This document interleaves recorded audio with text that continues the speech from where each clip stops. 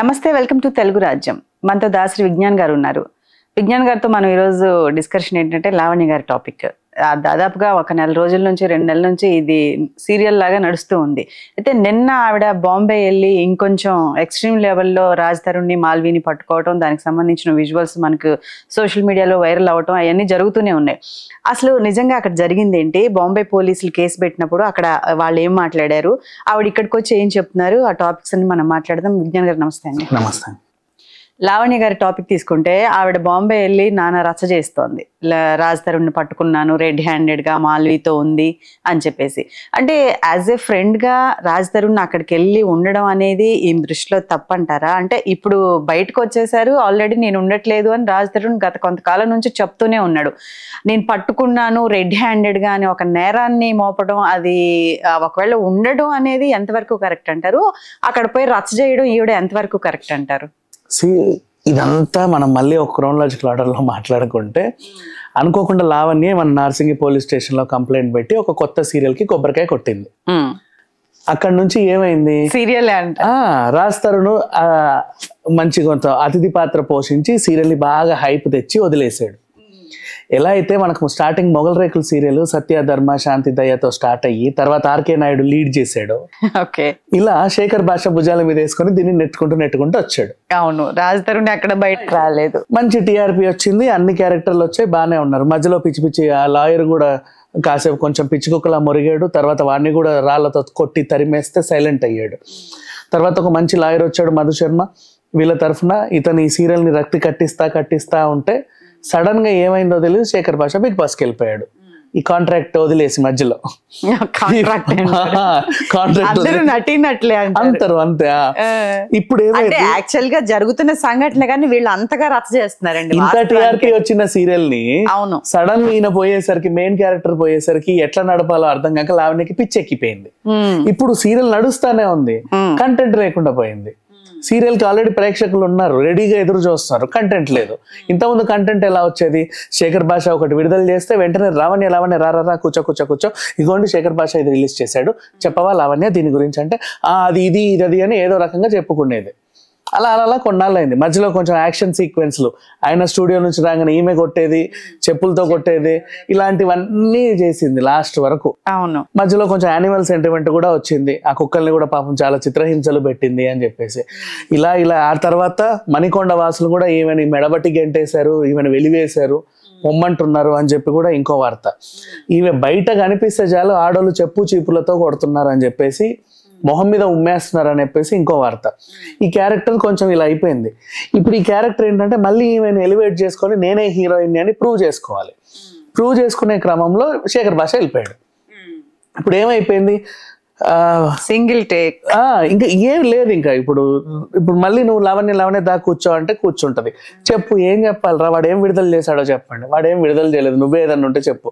వాడు ఏదన్నా ఇస్తే కదా నేను కౌంటర్ వేయాలి, నా దగ్గర అంటూ టాపిక్స్ ఏం లేవని ఆవిడ సైలెంట్ గా కూర్చుంది. ఇలా సైలెంట్ గా చప్పగా సాగుతా ఉంటే సీరియల్ ముగిసిపోతుందేమో, లేదా మధ్యంతరం ముగింపు ఇచ్చేసి టీఆర్పీ లేదు ఈ సీరియల్ కానీ ఇంతలో క్లోజ్ చేయాలేమో, గుమ్మడికాయ కొట్టేయాలేమో అని అందరు అనుకున్నారు. ఈ టైంలో లావణ్య మంచి స్టెప్ తీసుకుంది యాజ్ ఎ డైరెక్టర్ గా. ఏం చేసింది, బేసిక్గా ఏదైనా సీరియల్ మనకి డౌన్ఫాల్ అవుతుందంటే జనరేషన్ చేంజ్ చేయడమో, ఇంకేమైనా చేయడం, కొత్త క్యారెక్టర్ ఏంటి ఇవ్వడం చేస్తాం. ఈమె కూడా అంతే తెలివిగా లొకేషన్ షిఫ్ట్ చేసింది ముంబైకి చక్కగా. ఇప్పుడు మళ్ళీ టీఆర్పీ వస్తుంది అనుకుంది, మళ్ళీ టీఆర్పీ అయితే వచ్చింది. కానీ ఇప్పుడు లొకేషన్ ముంబై షిఫ్ట్ చేసిన తర్వాత ఏమైంది, ఇప్పుడు లావణ్య ఏం చెప్తుంది, నేనే అసలైన హీరోయిన్ని, వాడే నిందితుడు, కావాలంటే చూడండి నార్సింగి పోలీసు వాళ్ళు నిందితుడు అని నిర్ధారించేశాడు, చార్జ్ షీట్ కూడా దాఖలైంది. ఇప్పుడు నేనే హీరోయిన్ని, చూసారా నా క్యారెక్టర్ ఇది, నేను చాలా గొప్పదని, ఈ సీరియల్ ఇంత హ్యాపీ ఎండింగ్ వస్తుంది నేను కల్లో కూడా ఊహించలేదు అనే లెవెల్లో చెప్పుకుంటూ వస్తుంది. ఎంతసేపటికి నేను 11 సంవత్సరాలు రాజ్ తరుణ్తో ఉన్నాను, it's my man, send him అని చెప్పి అవన్నీ మాట్లాడుతుంది, ఆ విజువల్స్ అన్ని వచ్చాయి. అసలు వాస్తవానికి రాజ్ తరుణ్ కి ఈ అమ్మాయికి పడనప్పుడు అన్ని సంవత్సరాలు ఎలా లీడ్ చేశారు అనేది ఒక కృతజ్ఞత అండి. దాన్ని ఎవరు వర్ణించలేరు నిజంగా చెప్పాలంటే. ప్రతి మనిషి ఒక్కో రకంగా ఆలోచిస్తాడు, ఎందుకున్నావురా అని. ఒకప్పుడు నాకు నీడనిచ్చింది, అందుకు ఆమెను నా నీడలో ఉంచుకున్నాను అనే ఒక కృతజ్ఞత. ఇది ఎవరికి చెప్పినా అర్థం కాదు, అంతే, కొంతమందికే తెలుస్తుంది. అది రాజ్ తరుణ్ అనుభవించాడు పర్సనల్ గా. ఇప్పుడు అసలు విషయంలోకి వెళ్తే ఈ అమ్మాయి ఏం చేసింది, ముంబై పోలీసులు నాకు చాలా హెల్ప్ చేశారు. ఎంత బాగా హెల్ప్ చేశారంటే అసలు లావణ్య నీలాంటి ఒక అద్భుతమైన క్యారెక్టర్ మేము ఇప్పుడు దాకా చూడలేదని చెప్పి మాకు ఇంకా రేపో మాపో సన్మానం చేయబోతే ఈలోకి వచ్చేసాం అన్నట్టుగా చెప్పాడు. ఆ రకంగా చెప్పింది ఆవిడ. కానీ అక్కడ జరిగింది ఏంటనేది విత్ విజువల్స్ చూపిస్తా. ఇప్పుడు మళ్ళీ ఇక్కడికి వచ్చేస్తే రాస్తారు నిందితుడు అని చెప్పి హైలైట్ చేస్తున్నావు. సింపుల్ గా చెప్పాలి అంటే సమాజం మొత్తానికి తెలుసు లావణ్య ఏంటి, సమాజం మొత్తానికి తెలుసు రాస్తారు ఏంటి, అర్థమైపోయింది అందరికి. కానీ మరి ఇక్కడ నిందితుడిగా చేర్చారు కదా అంటే దానికి కూడా కొన్ని లాజిక్స్ ఉన్నాయి. చట్ట ప్రకారంగా ఒక ఆడది వచ్చి పలానోడు నాతో 10 సంవత్సరాలు సంసారం చేసి నన్ను రోడ్డుకి నెట్టేశాడండి, పెళ్లి చేసుకుంటానని మోసం చేశాడండి అని ఒక ఆమె చెప్పింది. ఏమయ్యా నిజమా కాదా అంటే మెటీరియల్ ఎవిడెన్స్ ఉంటుంది, ప్రవేశపెట్టండి. పెట్టింది, ఇదిగోండి మెటీరియల్ ఎవిడెన్స్, నేను ఉన్నాను. ఓకే నువ్వు ఉన్నావు కరెక్టే, డిక్లేర్డ్. నెక్స్ట్ ఏం చెప్పింది, ఇతని ద్వారా నేను 2 సార్లు గర్భవతిని అయ్యాను, అబార్షన్ చేయించాడు అని చెప్పింది. ఇదిగోండి material evidence with medical evidence. మళ్ళీ దానికి ఉంది, కోర్టుకు కావాల్సింది అదే కదా, మళ్ళీ టిక్ పడింది. మూడోది, నన్ను చిత్రహింసలు పెట్టేవాడండి, నన్ను విమర్శంగా తిట్టేవాడండి, కావాలంటే చూడండి ఇదిగోండి ఆడియోలు వీడియోలు అని చూపించింది. మెటీరియల్ ఉంది. సో ఇప్పుడు దానికి తోడు ఇంకేం అటాచ్ చేస్తుంది, అత్తింటి వాళ్ళు నన్ను చిత్రహింసలు పెట్టేవాళ్ళు, మాతో పొద్దున్న లేసి చాలు జుట్టుపట్టి ఈడ్చి నన్ను అటు ఇటు వేసి కొట్టేది అని చెప్తుంది. మా మామ నా వీపు మీద వాతలు పెట్టేవాడు, మా మామ కూడా నా జాకెట్ చింపాడని కూడా చెప్పుద్ది. నా మొగుడి ఫ్రెండ్స్ కూడా నన్ను ఎరగా వేసేవాడు అని చెప్పుద్ది. ఇంట్లో చిత్రహింసలు వాడు రోజు తాగొచ్చి కొట్టేవాడు, చెప్తోంది కదా, సిగరెట్ తో కాల్చేవాడు. రాజధరునికి తెలుసు ఏం చేసినా మేమిద్దరం కలిసే చేసాము అనుకోండి అనే ఓపెన్ గా చెప్తా. అక్కడ ఈయన కూడా నిందితుని చేస్తుంది, అదొక తెలివితేటలు. మళ్ళీ దాని దగ్గర మళ్ళీ వస్తా. సో ఈ రకంగా ప్రెసెంట్ ఇక్కడ కేసు నమోదైంది. ఇప్పుడు వీళ్ళకి కావాల్సింది ఏంటి, ఏమయ్యా నువ్వు ఆ పిల్లతో ఉండి పెళ్లి చేసుకుంటానని చెప్పావు, నమ్మించి మోసం చేశాను అంటున్నావు అంటే నేను కాదండి అని ఆయన అనలేడు, ఎందుకంటే 10 ఏళ్ళు ఉన్నటువంటి ప్రూఫ్ ఉంది. నెక్స్ట్ నీ ద్వారా అబార్షన్ చేయించుకున్నట్టు కూడా ప్రూఫ్ ఉంది. నెక్స్ట్ ఆ తర్వాత నువ్వు ఆమెను తిట్టావడానికి వీళ్ళ దగ్గర ప్రూఫ్ ఉంది. ఈ 3 ప్రూఫ్లు చాలు కదా ఆయన్ని కేసులో వీళ్ళు నిందితుడిగా చేర్చడానికి. ప్రపంచం మొత్తం తెలుసు ఈవిడ ఏ రకంగా ఆయన్ని ఇరికించింది, ఏ రకంగా హింస పెట్టింది అని. ఇప్పుడు రాస్తారని నిజంగా నువ్వు జైలుకు పంపినంత మాత్రాన, రిమాండ్కి పంపినంత మాత్రాన వాడు దోష అయిపోడు. అవును, మొత్తం ప్రపంచం అంతా తెలుసు అయ్యో పాపం అని. జనరల్ గా పెళ్లి చేసుకొని పిల్లలు ఉన్న భార్యాభర్తలే ఒకరికొకరికి పడకపోతే మ్యూచువల్ అండర్స్టాండింగ్ తో డైవర్స్ తీసుకొని బయటకు వచ్చేస్తున్నారు. అటువంటిది కంప్లీట్ గా అసలు జీవితం మొత్తం నువ్వు నాకు రైట్స్ ఇచ్చావు, నువ్వే నాకు సంబంధించిన వ్యక్తివి, నువ్వు ఉండాల్సిందే నా దగ్గర, నువ్వు ఒక అథారిటీని క్రియేట్ చేసి అతన్ని కంప్లీట్ గా ఒక సర్కిల్ చేస్తుంది. అది ఎంతవరకు? నెక్స్ట్ మళ్ళీ ఇప్పుడు ఈ ముంబైలో జరిగినటువంటి సిచ్యువేషన్, నువ్వు వస్తున్నావని ఆయన అక్కడే ఉన్నాడు, బహిరంగంగా ఉన్నాడు. అవును, ఆయన దాక్కొని లేడు, మంచం కింద దాక్కొని లేడు, బీరువాలో దాక్కొని లేడు, కాలు మీద కాలేసుకొని సోఫా మీద కూర్చొని ఉన్నాడు. మీరు అలాగే వచ్చారు. అండ్ నెక్స్ట్ నా కూతురు ఇలాంటిది అని వీడియో రిలీజ్ చేసిన తండ్రి మళ్ళీ అదే కూతురుని పట్టుకొని సిగ్గు లేకుండా ముంబైకి ఎలా వచ్చాడు, ఏం ఆశించి వచ్చాడు? చిల్లర కోసమా? కకృతి పడ్డావా? ఇన్నాళ్ళు నాకు పెట్టావు కదా నాన్న, ఇదంతా నీకు అంతకంత సంపాదించి మళ్ళీ రిటర్న్ ఇస్తా, నీ కూతురు ఏమన్నా నీతో అగ్రిమెంట్ చేసిందా? అవునవును కరెక్టే, ఇంత పెట్టింది కదా, నా దగ్గర ఇంత దోచేసింది. తల్లికి అదేంటిది తండ్రికి తెలియకుండా తల్లి 30 లక్షలు ఇస్తే ఎయిర్ హోస్టెస్ కోచింగ్ నేర్చుకుంటా అని చెప్పి గోవా వెళ్ళి జల్సాలు చేసింది. అది కూడా తల్లే చెప్పింది, ఆ విషయం కూడా తల్లే చెప్పింది. ఎవరో చెప్పిన మాటలు కాదు, ఎవరెవరు అన్న మాటలు కూడా కాదు. సమాజంలో తలెత్తుకొని తిరగలేకపోతున్నాం, దీనివల్ల మేము బయటికి రాలేకపోతున్నాం. కాలనీ నుంచే బయటికి రాలేకపోయి ముంబై దాకా ఎందుకు పోయావు? అప్పుడేమో మాలుడు వెరీ గుడ్డు, జిడ్డు గిడ్డు గుడ్డు అన్నావు. ఎందుకన్నావు? చిల్లర కోసం. ఇప్పుడు కూడా లావణ్య డిమాండ్ ఏంటి? ఆ కొంప నాకు ఇవ్వు, ఆ కారు నాకు ఇవ్వు. కారు దొబ్బేసింది, ఆ కారు నాకు ఇచ్చి ఆ కొంప నాకు ఇచ్చే నేను సైలెంట్ ఉంటా అంటుంది. ఈ దరిద్రం ఏదో అప్పుడే అడిగితే నీ మొహాన కొట్టేవాడు కదా ఈడ్చి, ఇక్కడ దాకా ఎందుకు తెచ్చావు? ఎందుకు ఇంకా మాట్లాడి కూర్చోబెట్టి ఇంకా ఏమన్నా చిల్లర వస్తాయేమో, ఎంత రచ్చ చేస్తే అంత చిల్లర వస్తాయేమో కావాలి అనేది ఎవరికి వాళ్ళు మాట్లాడుకొని డిసైడ్ అయిపోవచ్చు కావచ్చు. కానీ ఇంకా ఉండుంటాయి వాడి దగ్గర, కావాలంటే ఇంకెక్కడి నుంచి అన్నా తెచ్చిస్తాడు నీకు. మాల్వి మల్హోత్రా దగ్గర కూడా ఆస్తులు ఉంటాయి కదా, ఇంకెవరి దగ్గర ఉంటాయి కదా, వాళ్ళందరి దగ్గర నుంచి దొబ్బి తెచ్చి నీకు ఏదో రకంగా ఇచ్చేస్తాడు. నువ్వు ఎంత వెయిటేజ్ పెంచితే నీకు అన్ని డబ్బులు వస్తాయి నా లాయర్ గారు చెప్పాడు. వాడి మాటలు విని ఈమె కూడా అలాగే రెచ్చిపోయింది. అండ్ ఇప్పుడు లాస్ట్ కి ఎంత తవ్వినా ఎదురు చూసింది 2 నెలలు, ఇంకా ఏం రావులేని దగ్గర నుంచి అని చేసినప్పుడు సరే లాస్ట్ ఇంకేముంది, ఆ కొంప ఆ కారు ఇచ్చేసేయని సెటిల్మెంట్కి వచ్చావు. ఇప్పుడు ముంబైలో ఏం జరిగింది? నువ్వేం చెప్పావు నిన్న మీడియాల వాళ్ళకి, ఇక్కడ కేసు నమోదైంది కదా, దీన్ని ముంబైకి అటాచ్ చేసి ముంబై పోలీసులు కూడా ఇతను అలా చేశారు ఇలా చేశారు అని చెప్పావు. నువ్వు అక్కడికి వెళ్ళి ఏం చేసావు తెలుసా? రాస్తారు అడిగాడు నిన్ను, ఆ స్విమ్మింగ్ పూల్ దగ్గర ఏం చేస్తున్నావు చెప్పు చెప్పు అంటే, అదంతా కాదు, వై హీఈస్ హియర్, ఈయన ఇక్కడ ఎందుకున్నాడు, ఈయన ఇక్కడ ఎందుకున్నాడు అని ఏం చెప్పనా, నాకు వీడొద్దా నువ్వే కదమ్మా అన్నావు, మొన్న అన్నావా, నాకు వీడొద్దు అని నువ్వే అన్నావు, ఆమె ఎవరితో ఉన్నా సంతోషంగానే ఉన్నా నువ్వే అన్నావు, నీ అంతటా నువ్వే అడ్జస్ట్ అయ్యావు కూడా. మొన్న మస్తాన్ వాళ్ళతో ఫోన్ మాట్లాడుతూ కూడా రాస్తారు నేడి అంటే, ఇంకేంటి అమ్మాయితో హ్యాపీగా ఉన్నాడు అన్నావు. నీకు అంతా తెలుసు. ఇప్పుడు ఏంటంటే వాళ్ళు ముంబైలో ఉన్నారు, నీకు ఇక్కడ టైం పాస్ అవ్వక ఇంకా ఏం చేయాలో తెలియక అక్కడికి వెళ్ళి రచ్చ చేసావు, చిల్లర కోసం రచ్చ. లాస్ట్ ఇంకా ఏదైతే ఏమైంది, ఆ బంగ్లా అండ్ ఆ కారు కోసం ఇంత నీచానికి దిగజారుతావా? సరే, నీకు హెల్ప్ చేస్తాను నీ తండ్రి, ఇంకెంత నీచానికి దిగజారాడు. అక్కడ ముంబై పోలీసులు కూడా చెప్పు చీపురుతో కొట్టారు వీళ్ళని ఇద్దరిని కలిపి, కంప్లైంట్ రిజిస్ట్రేషన్ చేయించుకొని మీడియాతో మాత్రం అలా చెప్పలా, అసలు సాక్ష్యాలు ఇప్పుడు వేయండి విజువల్స్, నేను ఇస్తా విజువల్స్ వేసేయండి, విత్ కంప్లైంట్ లెటర్ ఇస్తా. అక్కడ ముంబై లెటర్ వాళ్ళు కూడా వీళ్ళిద్దరి చేత సంతకాలు పెట్టించుకొని, ఇంకొకసారి ముంబైలో ఇలాంటివి చేశారంటే చెప్పు చీపురుతో తరిమి కొడతా అని చెప్పి కుక్క బూతులు తిట్టి పంపించారు వీళ్ళని, పచ్చి బూతులు తిట్టి పంపారు. దానికి సంబంధించిన విజువల్స్ కూడా ఉన్నాయి. ఇక్కడ ఏం చెప్పిందంటే, ముంబై పోలీసులు దండేసి సన్మానం చేశారు మేము వచ్చినందుకు, ఎయిర్పోర్ట్ నుంచే రెడ్ కార్పెట్ వేశారు డైరెక్ట్ రాజుతారు ఇంటి దాకా అని చెప్పుకొచ్చింది. ఇక అసలు విషయం ఇది. చిల్లర కోసం ఇంత నీచంగా కూడా దిగజారుతారు అనేది నేను ఫస్ట్ టైం చూస్తున్నా. అయ్యో ఎక్కడ ఎవరిది రాలేదండి. నిన్న మన దివ్యల మాధురి, దువ్వాడ శ్రీనివాస్ ఆ స్టోరీ నిజంగా క్యూట్ గా ఉంది చెప్పాలి అంటే. ఎవ్వరికి ఏం బాధ కలగట్లా. నా ఇల్లు నాకు కావాలి, నా 2 కోట్ల ప్రాపర్టీ పెద్ద విషయం కూడా కాదు, నా ఇల్లు నాకు కావాలి, అది నా మొగుడు వస్తాను, ఈవిడ లేదు నాకు 2 కోట్లు ఇవ్వాలని ఆవిడ. ఆ స్టోరీ నిజంగా క్యూట్ గా ఉంది కానీ ఇంత నీచంగా లేదు. ఎందుకంటే అక్కడ ఎవరి క్యారెక్టర్స్ బ్యాడ్ కాదు, వాళ్ళందరూ కూడా డబ్బు చుట్టే తిరుగుతున్నారు.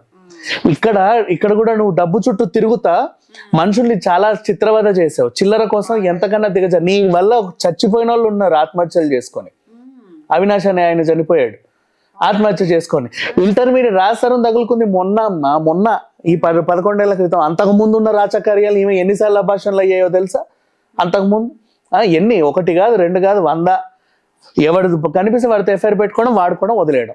మరి ఈ అమ్మాయి మీద ఎవరు కేసు ఫైల్ చేయడం కానీ పెట్టారమ్మా? ఎందుకు పెట్టలేదు? మస్తాన్ వలి మన మాజీ ప్రేయసి ఇప్పుడు పాపం ఆస్ట్రేలియాలో ఉంటుంది, ఆవిడ పేరు ఎందుకులే పాపం, ఆవిడ గురించి మాట్లాడుకోవడం మనం లాగినట్టు ఉంటుంది. ఇదే నార్సింగి పోలీస్ స్టేషన్ 2023లోనే కంప్లైంట్ పెట్టింది. అదేమైందో ఆవిడకి తెలియదు. కళ్ళ ముందు చెప్పుతో కొట్టించిన శేఖర్ భాష కంప్లైంట్ పెట్టాడు, ఏమైందో తెలియదు. నా ప్రమేయం లేకుండా నా పేరు తీసుకొచ్చి రచ్చరచ్చ చేస్తుందండి అని మాల్వి మల్హోత్రా పెట్టింది కేసు, అది ఏమైందో తెలియదు. మా ఇంటికి వచ్చి తలుపులు దాన్ని గృహహింస కేసు పెట్టారు వీళ్ళ రాష్ట్రం వాళ్ళ అమ్మ నాన్న, అదేమైందో తెలియదు. ఇలా ఉంది పరిస్థితి. సరే, ఏదేమైనా నేను మాత్రం ఎవరిని నిందించట్లా దీంట్లో. బట్ ఓవరాల్ గా ఈ విషయం తీసుకుంటే మాత్రం ఈమె ముంబై వెళ్ళి రచ్చ చేసింది, మనకి ఇక్కడ ఇంకోలా పోర్ట్రే చేసి, అక్కడ మీడియా వేరు ఇక్కడ మీడియా వేడు, మనం ఏదో చేద్దాం. కూర్చొని ఏం చేసింది, రాస్తారని ఫోన్ దొబ్బేసింది. ఆ పిచ్చోడు ఈమె గురించి తెలిసి కూడా ఎందుకు అలా పెట్టాడో నాకు అర్థం కాల. సీరియస్లీ వస్తే దాచుకోవాలా? అవును, వీళ్ళ ఇష్యూస్ అన్ని ఫోన్ నుంచే బయటకు వస్తాయి, ఫోన్ల నుంచి మాట్లాడితే రికార్డింగ్స్, మాట్లాడితే విజువల్స్. వాళ్ళు చాలా ట్రై చేశారు కానీ లాక్కోలేకపోయారు. మాల్వి మొత్తం రికార్డ్ చేసింది ఇదంతా. అక్కడి పోలీసులు అయితే పిచ్చి కుక్క కంటే హీనంగా చూశారు వీళ్ళని. కొట్టడం ఒకటి తక్కువ, పోన్లే ఆడపిల్ల కదా అని ఈమెను కొట్టాల, వయసులో పెద్ద ఆయన్ని తన్నలా అంతే, మిగతా అదంతా చేశారు వాళ్ళు. అది జరిగింది. ఇక్కడికి వచ్చావు ఇంకోలా చెప్పుకుంటుంది.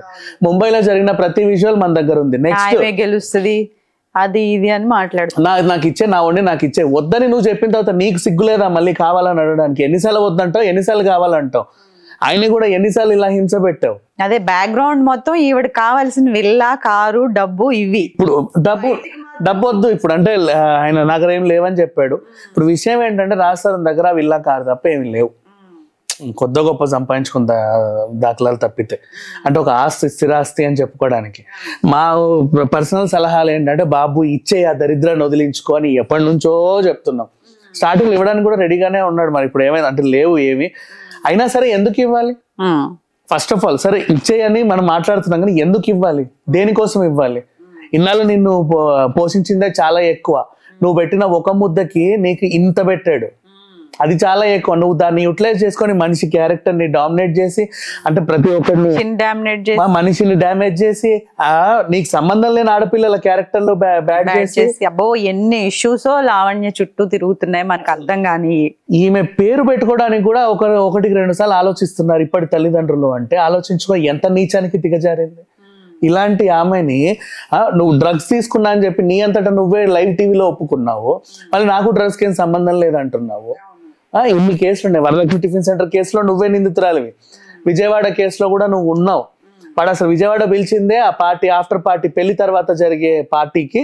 అందులో డ్రగ్స్ ఉంటాయి కాబట్టి డ్రగ్స్ ఉంటే లావణ్య లేకపోతే ఇంకెందుకు ఈ పార్టీయే వేస్ట్ అనుకొని నిన్ను పిలిచాడు, హోటల్ రూమ్ లో పెట్టాడు.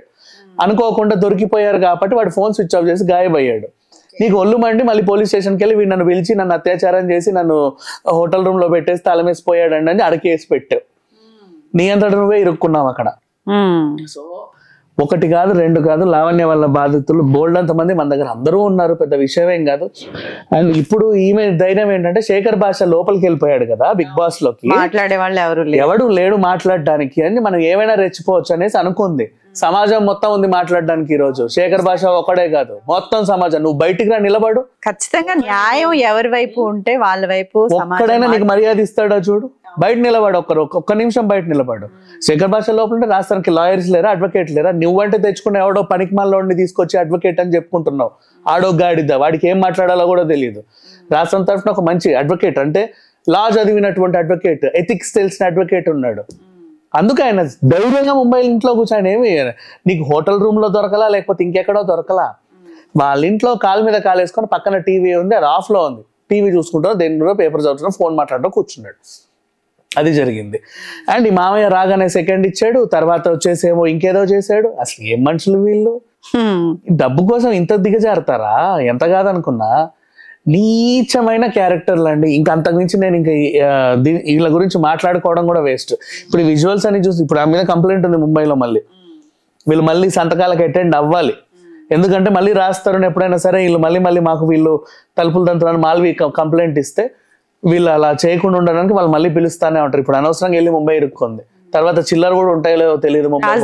లాయర్ ఏమన్నా మనకు అందుబాటులో వచ్చే అవకాశం ఉంటుంది, కానీ మనం టైం గంటలో వాళ్ళని డిస్టర్బ్ చేయడం కూడా పద్ధతి కాదు అసలు. అంటే నార్సంగి పోలీస్ స్టేషన్ లో కంప్లైంట్ మీద మీకు అడ్వకేట్ కాంటాక్ట్ కావాలంటే నేను అడిగి ఇప్పిస్తాను, పెద్ద విషయం ఏం కాదు.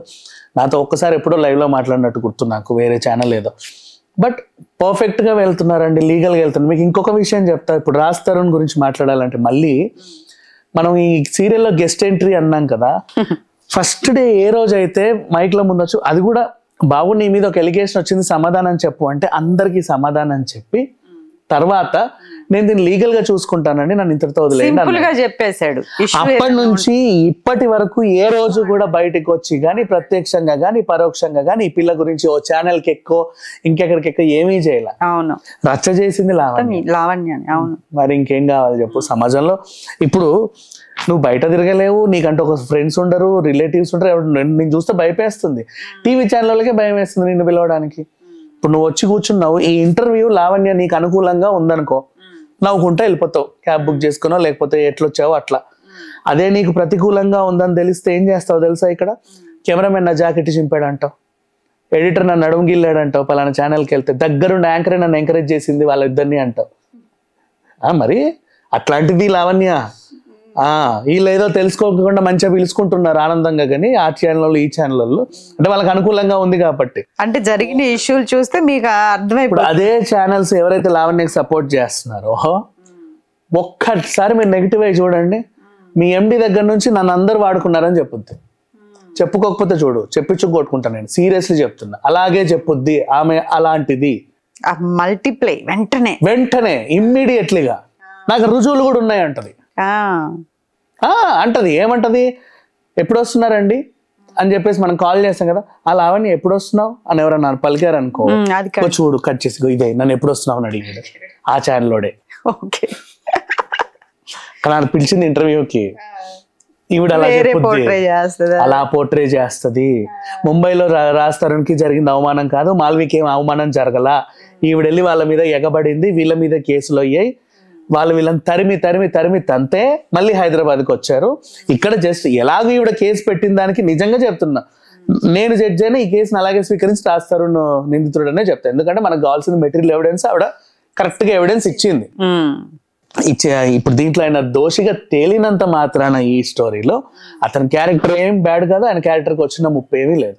కాకపోతే ఆ దరిద్రం ఏదో వదిలించుకుంటే బెటర్. ఎందుకంటే నువ్వు ఆ కొంప కొన్నప్పటి నుంచే కదా నీకు ఈ తలవంపులు అన్నీ వచ్చాయి. కొన్ని కలిసి వస్తాయి, కొన్ని కలిసి రావు. ఎంతగానో నా కొంప నాకు కావాలి, నా ఆస్తి అంటే కొన్నిసార్లు కొన్ని వదులుకోక తప్పదు.